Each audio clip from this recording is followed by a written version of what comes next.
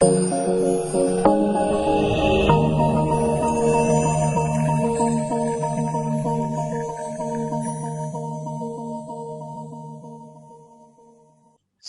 warahmatullahi wabarakatuh.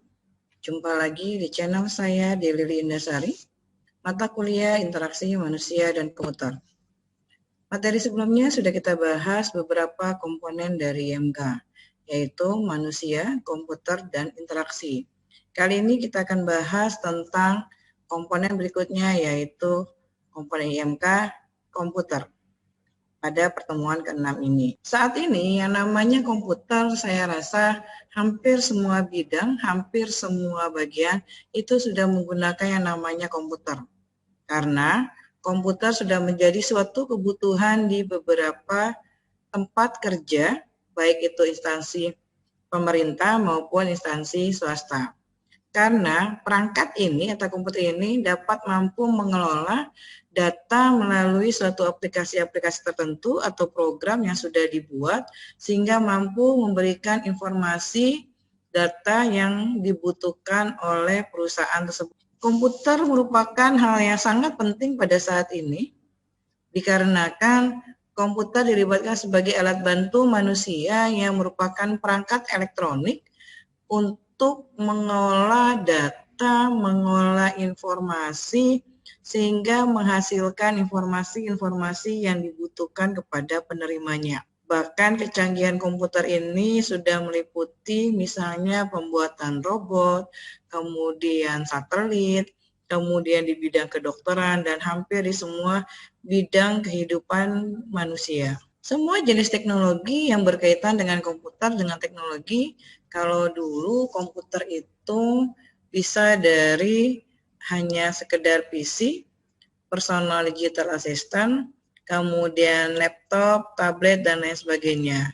Tetapi saat ini perkembangan komputer yang luar biasa, semakin hari semakin slim bentuknya, kemudian dengan kapasitas yang cepat, kemudian RAM-nya yang besar, sehingga bisa menghasilkan informasi yang cepat dan efisien bagi si penerimanya. Ada beberapa alat elektronik yang sudah menggunakan komputer, bahkan sudah dikendalikan oleh komputer. Biasanya berupa embedded system, di mana di dalamnya itu terdapat chip yang menjadi pengendali. Komputer terdiri dari beberapa perangkat yang bisa berinteraksi dengan manusia. Antara lain yaitu alat masukan, keluaran, memori, dan prosesor. Alat masukan atau input, piranti ini merupakan salah satu perangkat keras yang memungkinkan komputer bisa berinteraksi manusia dengan menggunakan piranti masukan, seperti misalnya pengetikan, penunjuk, kemudian pengambilan gambar. Piranti pengetikan terdiri dari misalnya keyboard. Keyboard yang dirancang biasanya berupa QWERTY sesuai dengan zamannya sebelum ada komputer kita menggunakan mesin ketik. Jadi sebelah kiri itu tulisannya QWERTY. Keyboard merupakan piranti masukan data yang mengubah huruf, angka, ataupun kode lain menjadi isyarat listrik yang dapat diproses oleh komputer. Salah satu contohnya misalnya ATM, Automatic Teller Machine. Mesin ATM ini memiliki dua fungsi, yaitu sebagai inputan dan sebagai masukan. Kenapa sebagai inputan dan masukan? Karena pada piranti ini, pada ATM ini, kita bisa menginput data, yaitu memasukkan PIN terlebih dahulu, kemudian kebutuhannya apa, kemudian kita bisa menarik tunai. Jadi sekaligus dia bisa merupakan input dan output. Ada beberapa jenis-jenis keyboard. Kali ini saya akan menjelaskan atau memberitahukan beberapa tata letak atau jenis-jenis keyboard berdasarkan dari tata letaknya. Ada tata letaknya QWERTY yang saat ini sudah sering kita pakai. Semua PC, keyboard, kemudian di laptop dan handphone Android menggunakan tata letak keyboardnya yaitu QWERTY.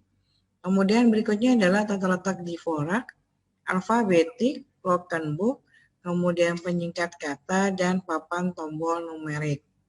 Berikut adalah beberapa gambarnya. Tata letak QWERTY seperti ini. Kenapa namanya QWERTY? Karena di atasnya namanya QWERTY.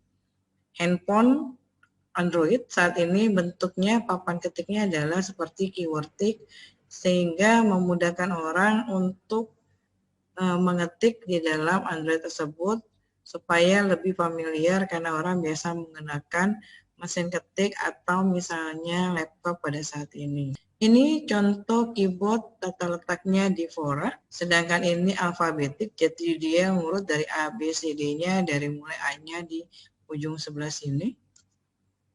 Kemudian ini tata letaknya Klonkenberg seperti buah anggur.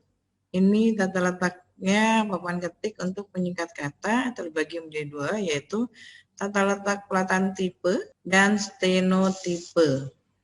Ini nomor di dalam huruf steno. Dan ini adalah papan tombol numerik. Yang kedua, di dalam peranti penunjuk ada beberapa hal, yaitu terdiri dari mouse, touchscreen, light pen, trackball, joystick, graphic table.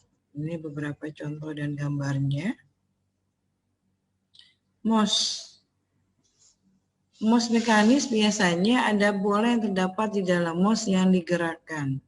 Ada juga mouse itu berbentuk sensorik, kemudian mouse optikal, dan yang lainnya. Ada yang tahu siapa penemu mouse pertama kali? Mouse pertama kali ditemukan oleh Douglas Engelbart. Ini bentuk mouse pertama kali, dia hanya memiliki dua fungsi, yaitu sumbu atau fungsi dari sumbu X dan sumbu Y. Masih sangat sederhana sekali. Yang kedua adalah joystick. Joystick ini kalau yang sering main game biasanya sering untuk digunakan karena gerakan kursornya ini dikendalikan oleh tuas yang ada di joystick tersebut. Trackball, prinsip kerjanya hampir sama dengan mouse, tetapi di dalam penggunaannya agak sedikit berbeda. Ini pointing stick, hampir sama juga dengan mouse, hampir sama juga dengan trackball. Dia letaknya ada di tengah-tengah seperti ini. Touchpad, mungkin kita udah sering, dan kita kalau sering menggunakan laptop, biasanya kita menggunakan touchpad yang ada di laptop di paling bawah. Ini adalah touchscreen. Handphone sekarang sudah menggunakan touchscreen, bahkan ada beberapa laptop sudah touchscreen. Ini digitization table. Biasanya dia peranti pengambilan dalam bentuk sederetan koordinat X dan Y untuk menggerakkan atau menentukan pena pada media digitasinya. Ini light pen. Dia memantau selisih antara waktu saat dia mulai melakukan gerakan pada tempat atau pena yang menyala. Ketiga adalah piranti pengambilan gambar. Terdiri dari barcode reader, scanner, kamera, digital, kemudian video kamera, dan yang lainnya. Ada dua di dalam piranti pengambilan gambar, yaitu yang pertama adalah pengambilan gambar terformat dan pengambilan gambar tak terformat. Apa bedanya? Pengambilan gambar terformat adalah pengambilan gambar di mana citranya sudah terformat, bentuk dan format hurufnya sudah ditentukan. Kategori ini contohnya misalnya barcode reader. Kalau Anda belanja produk, di dalam kemasannya biasanya ada barcode-nya, kemudian nanti di-scan dari barcode reader-nya. Ada garis-garis 0, terus 1, kemudian yang tebal misalnya 9, dan lain sebagainya. Contoh yang lain adalah magnetic in character recognition, optical mark recognition, optical character recognition. Sedangkan pengambilan gambar tak terformat yaitu dipergunakan untuk mengambil gambar atau citra yang belum memiliki format baku. Contoh misalnya Anda foto diambil dari kamera digital. Yang namanya foto itu tidak punya format baku. Bahkan antara foto yang satu dengan yang lainnya akan berbeda background-nya, berbeda gambarnya, dan lain sebagainya. Demikianlah materi kali ini yang bisa saya berikan. Semoga bisa bermanfaat untuk semuanya. Jangan lupa like dan subscribe di channel saya, Delili Indasari. Terima kasih.